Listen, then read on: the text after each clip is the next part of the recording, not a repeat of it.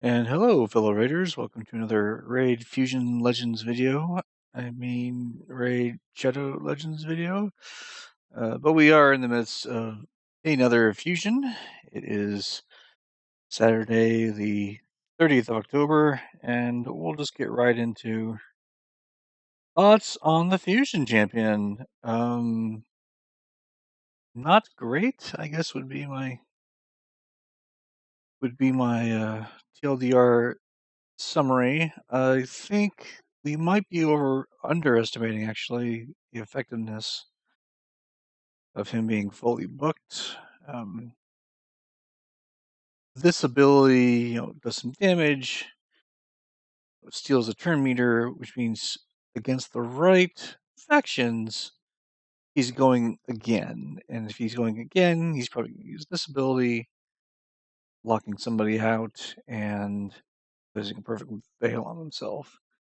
That does mean he gets to cycle back to this ability pretty quickly, because this is a 3-turn cooldown.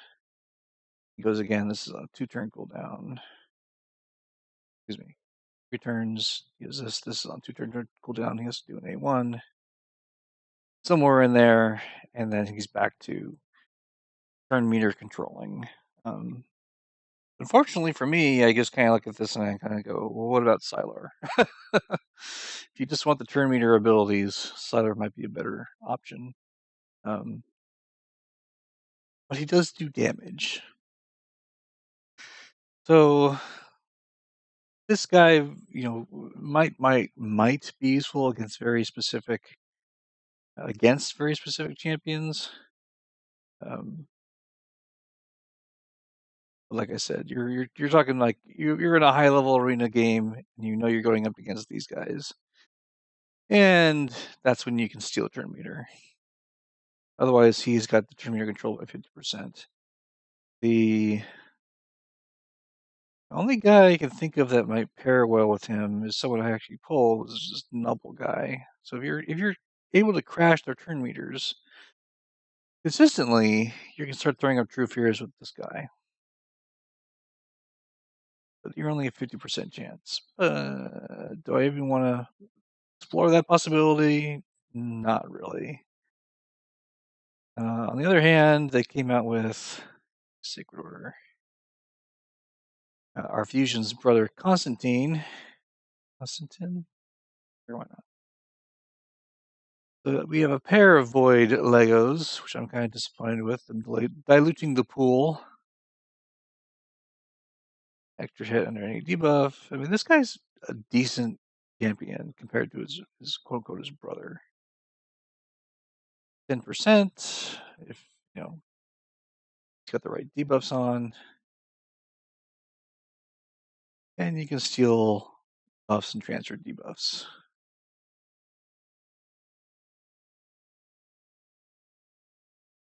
I mean, this guy's not bad, but in my opinion, they're both kind of meh. We will do them anyway, we'll do the fusion anyway. Or at least we'll try. They're making it pretty tough. There's 115 fragments available, and they put 20 of them behind the summon event coming next week. So they've made this a very difficult fusion for a pretty mediocre champion. You can always argue how easy or difficult are fragments anyway compared to normal fusions, but it's neither here or there. So today's video, we're going to talk more about, or we're going to first do some summons, because why not? Before we do that, I like to be very stingy with how I spend my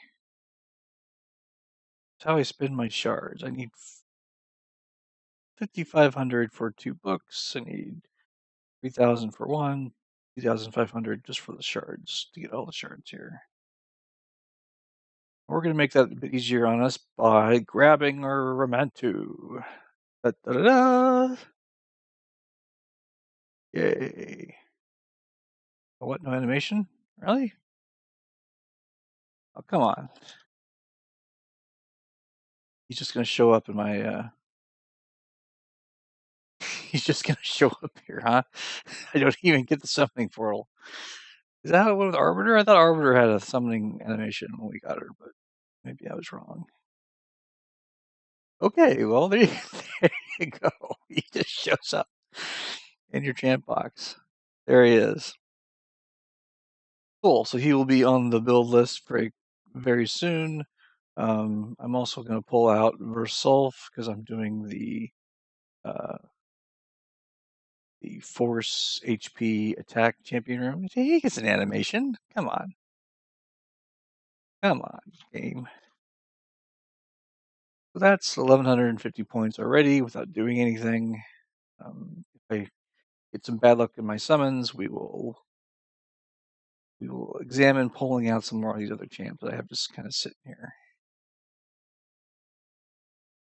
Of course, we're going to be in red dot hell because these dots never seem to go away. Without further ado, let's cross our fingers and see if we get any voids. Would like any kind of legendary that I don't already have. Notable exceptions are the ones that suck. There are a handful of epics I really like the Metha. I used her for the high shield guy, and kind of regret doing that. But maybe I will pick up another one here. I don't think there's any rares I want at all from Void. Really, I have 2x, and I'm going to get no, not even an ep. Oh, there we go. Skull Crown. Okay, so Skull Crown is actually new for me. If you can believe that. I've been looking for one for a long time. I just never pulled one. I've been playing this game for 2.5 years. So, hooray! That's how many points that was. How many points was that?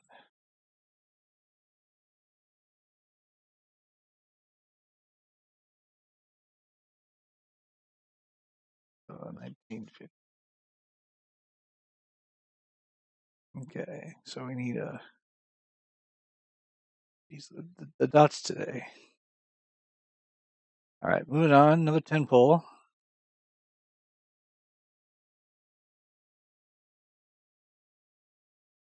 Looking for anything that's not blue. Anything that is not blue.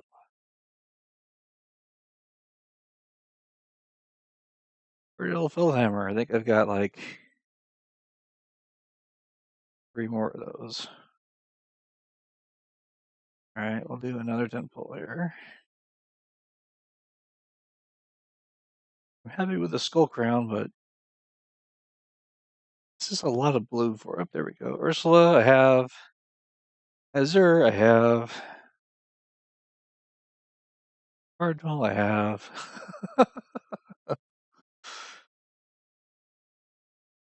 All right. Got 4,600 points. We're going to stop at 5,500.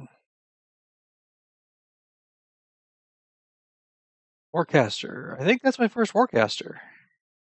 Sky Touch I have. I don't think I have a Warcaster, so I need to save him. Ooh, Towering Titan number 10 or whatever. Skimfost. Wow, plus 17. Okay, so that's enough. Skimfost I have. I thought he might be good for Bommel. I was wrong because transferring didn't work. Towering Titan is kind of terrible. Warcaster is used for some unkillable teams as block damage. The meta is obviously going to eclipse him now, but I don't have him, so he's new. Probably still won't build him. Sky Touch, I have one built. She's kind of my speedy cleanser. She's relatively fast for me in an immunity set, so I'm gonna save all the 5 void shards.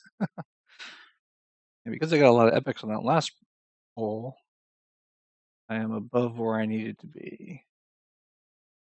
A few points, but that's fine. So books, shards, yay. All right. All right, that was our quick aside for summoning. The main showcase of the video I wanted to talk about was the secret rooms for the Frostbiter. Since those are ending, I guess on Monday or Tuesday my time, depending on when you like your nights or your mornings. Since they're all unlocked, and I've got them all done, and this is a set I completed for Romantu, I thought I would briefly go over each one. Secret Room 1 in the Frost Dragon, if you can get here, I think you can do it, is kind of what my opinion is. Like, I just kind of like threw some champions in here this time, and yeah, I could auto it. So the goal with these secret rooms is you just kind of have to do them once every, now it's 3 months because there's 3 rotations. So as long as you can get through them, you're good. Next is, Dark Elves. So basically just throw your Dark Elf Faction War team in here. Should get the job done. This is what I run. For Faction Wars, I do that because I like Speed Aura, but whatever. Gamekeeper, one of those great rares that everyone wants to build. Moving on. Defense champs. I don't think I have any difficulty with this room, but you have some good options. So, in my opinion, Oathbound is pretty good. If you were doing Banner Lords and you're not using an Oathbound, you probably have better legendary DPS options. Like you probably have your Septimus or let's say the guy Baron. You have those legendary attack champions. You're probably not going to need an Oathbound, but Oathbound's a good option for that faction war as well as this secret room. As far as champs they give you, you get a Sill. They also made Vizix not bad, so I would recommend Vizix. And then I'd pretty much any other 2 defensive champions would probably work fine. You can even use a Greybeard for control. Tayrail is probably the best here. He gives you the lead as well as defense down. If you're going to try tank it out, you can go with rear guard for the heals and the blocks. You could go with Godseeker if you're lucky enough to pull Godseeker. What else? Don't think I'd recommend Seeker. You could always go with Grush for more healing. So you got a lot of options for Secret Room 3. I don't know that anyone has any trouble with these. Secret Room 4. This one does give people trouble because the champions, Epic Lizard Men, are kind of terrible. Like, they're really terrible. I didn't even want to build Gizo for this, but I just didn't have very good options. I have a couple more now. Actually, I recently pulled this guy.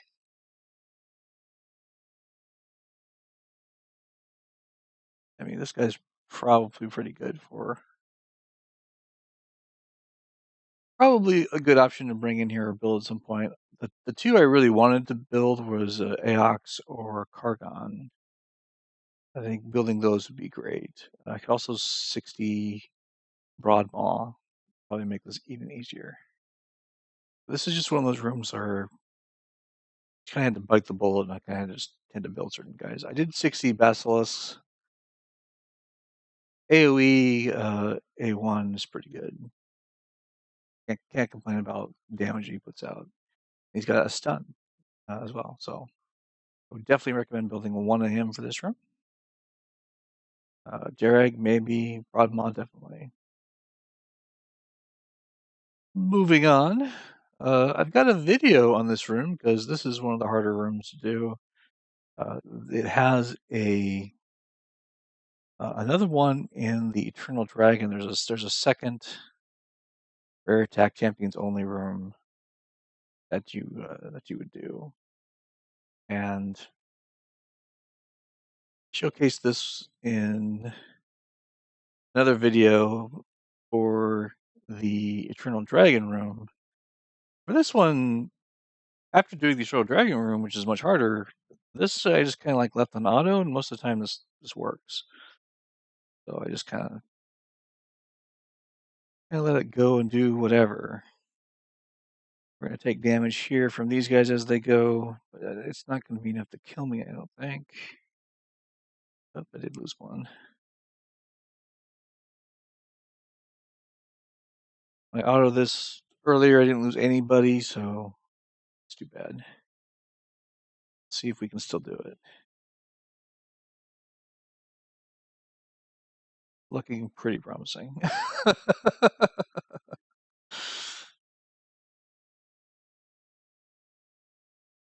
Yep, I think we're going to be fine. In about a little over a minute. So this room becomes easy if you can do the one in the Eternal Dragon room with those champions. Moving on to Secret Room 6. Support champions only. I had a seer team I was using for this video. I was thinking, people don't have seer plus a bunch of legendaries like I do. This is unreasonable to assume people have these champions, but more reasonable if you have a collection of epics and a rare. Belwer slots in here pretty good. Deacon is very strong. This team can auto this. It just takes a while. The last wave is kind of a royal pain because they have a bunch of sustain. They start healing like crazy. But the magic key to these support rooms is obviously Seer. Not everyone has a Seer, but if you do, use her. You just kind of wipe away these rooms. If you don't have a Belor, I would recommend throwing the Renegade in there to get your cooldowns back faster. And then go with a more defensive team. Let Seer wipe the board for you. Secret Room 7 is High Elves Factions.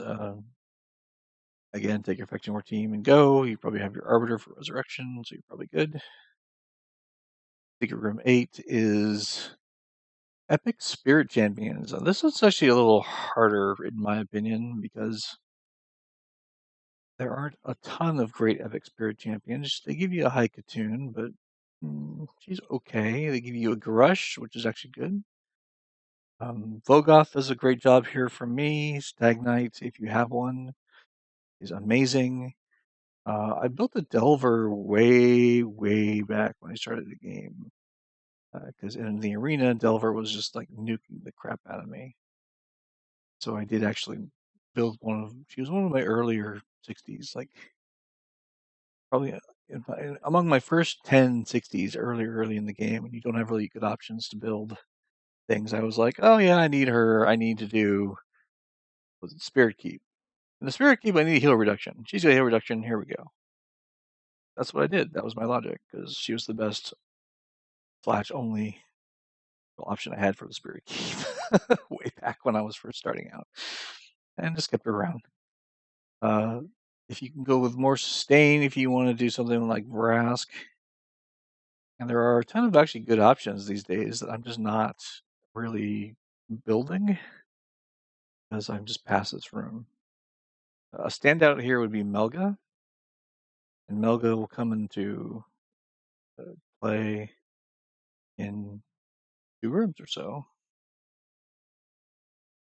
Moving on to number 9 is the Demon Spawn. So again, your another Faction Wars team will probably carry you through the day there. For 10, this is probably unreasonable for most people. And that's why I mentioned Melga earlier. I think Melga is probably a good carry here. Melga, Painkeeper, if you have a miscreated monster, great. As far as HP champions go, I don't even have that many. I did just pull out that Versulf, as you guys all saw, because who is a fusion, and I'm going to build him for another secret room, so I might use him here. Versalf would be used here and in the Force HP secret room. Another one might be Husk, who I'm also building for the Force HP secret room. So you've got a few options there. I'm also building up Draconis for the rare HP secret room. And there's an Gnarlhorn if you want to go with the control route. So you've got several options here depending on what you want to do in terms of epics and rares to get through this room. The level at this high in the tower kind of goes up quite a bit. So keep that in mind, that the gear requirements are going to spike a bit as we get to the end here. For Secret Room 11, this one I actually had to specifically build for Vogoth when I pulled him, came in, and he did a great job in terms of just controlling and keeping everyone healed. I'm relying on mostly Dark Elhain to do the damage. Everyone else kind of locks things up and lets Elhain knock things down. As far as good alternatives, I already mentioned Husk. Husk can now be used again in this room, so he's someone you might want to consider.